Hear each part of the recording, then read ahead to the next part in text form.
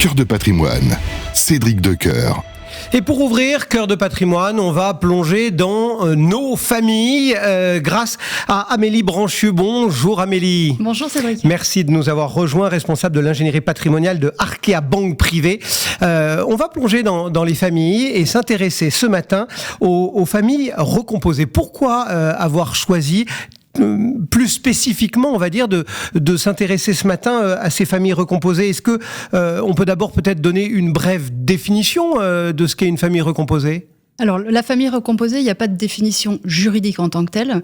L'INSEE définit ça comme un couple, peu importe la forme juridique du couple, mais un couple avec un enfant non commun.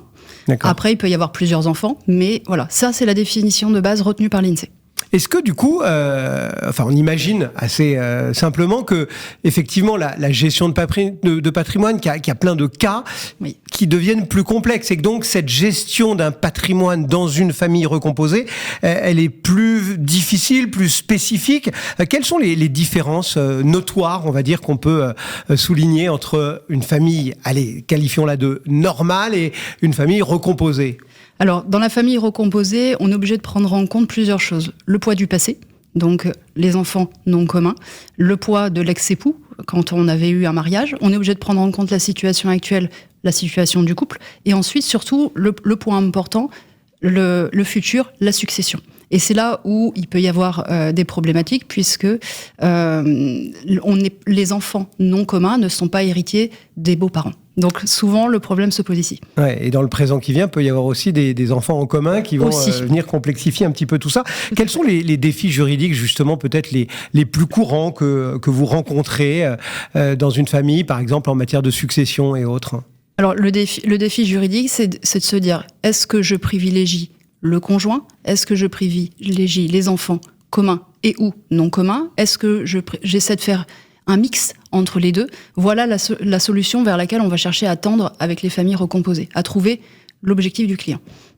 Justement, il y a des outils, entre guillemets, des dispositifs qui sont plus particulièrement adaptés, on va dire, à ces cas-là. Comment est-ce qu'on utilise finalement toute notre gamme patrimoniale, ces mots qu'on va sans doute avoir entendus souvent à telle ou telle enseigne, mais qui là sont peut-être plus adaptés pour gérer au mieux cette spécificité des familles recomposées? Alors, plus adapté, c'est là où le terme va être difficile, puisqu'en fait, rien n'est prévu par la loi spécifiquement pour les familles recomposées. Donc on est obligé de faire avec des outils qui sont faits pour la totalité des familles, les familles plus traditionnelles.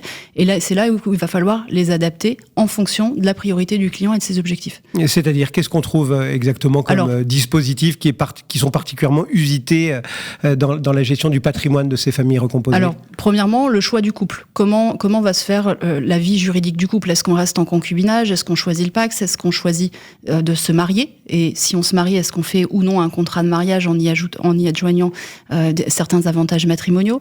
Est-ce que l'on prépare sa transmission, c'est-à-dire en faisant des donations? Est-ce qu'on utilise le format assurance vie pour pouvoir aussi allouer un capital aux personnes qu'on a choisies?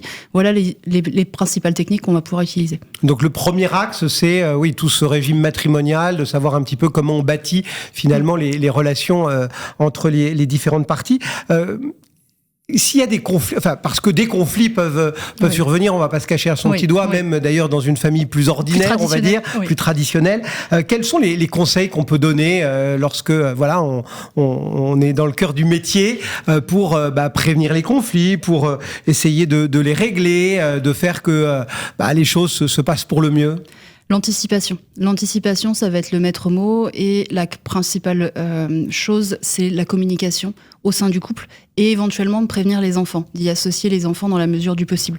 Plus il y aura de communication, plus on va anticiper, plus on va lever les doutes au moment de la succession, puisqu'il n'y a rien de pire que de ne rien faire et d'attendre que la succession arrive, parce que c'est là où il va y avoir des difficultés. Ça veut dire qu'on discute, on travaille, on relit peut-être ensemble les clauses bénéficiaires, on explique pourquoi c'est tourné de cette façon-là, et ça doit se faire en bonne entente. Il y a parfois à faire appel au juge ou... Alors, affaire au juge, tout dépend des solutions qu'on souhaite mettre en place. Là, c'est quand on arrive à des cas plutôt extrêmes.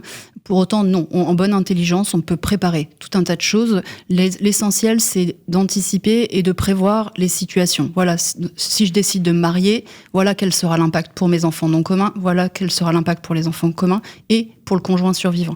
Et c'est à partir de ce travail de base que l'on va adapter en fonction de ce que souhaitent nos clients. J'imagine aussi, juste pour terminer, c'est que le dispositif qu'on est peut-être amené à mettre en place à une certaine époque de la vie, par exemple au début, si cette famille recomposée se fait dans la trentaine ou dans la quarantaine, ce ne sont pas forcément les mêmes dispositifs et les mêmes précautions qu'on devra peut-être adapter, j'imagine, à 50, 60, 70 ans ou plus encore, parce que les choses évoluent et cette stratégie patrimoniale doit peut-être plus évoluer encore dans une famille recomposée que dans une famille ordinaire? Alors, l'évolution est très importante, puisqu'il y a certaines solutions qu'on va mettre en place, comme la mise en place d'un contrat de mariage, le mariage va figer les choses, et certes, on pourra modifier ce contrat par la suite, mais malgré tout, on va figer un peu le cadre. Si on fait des donations aux enfants ou aux conjoints, effectivement, on va figer les choses. Alors que si on utilise les techniques de l'assurance vie, c'est quelque chose de réversible. Donc, il va falloir mixer les solutions réversibles de celles qui ne le sont pas. C'est là la gymnastique qu'il va falloir trouver. Merci beaucoup d'avoir parcouru ces questions liées aux familles recomposées aujourd'hui dans Cœur de patrimoine. Donc Amélie Branchu pour Arkea Banque Privée. Très bonne journée. Cœur de patrimoine, Cédric Decoeur.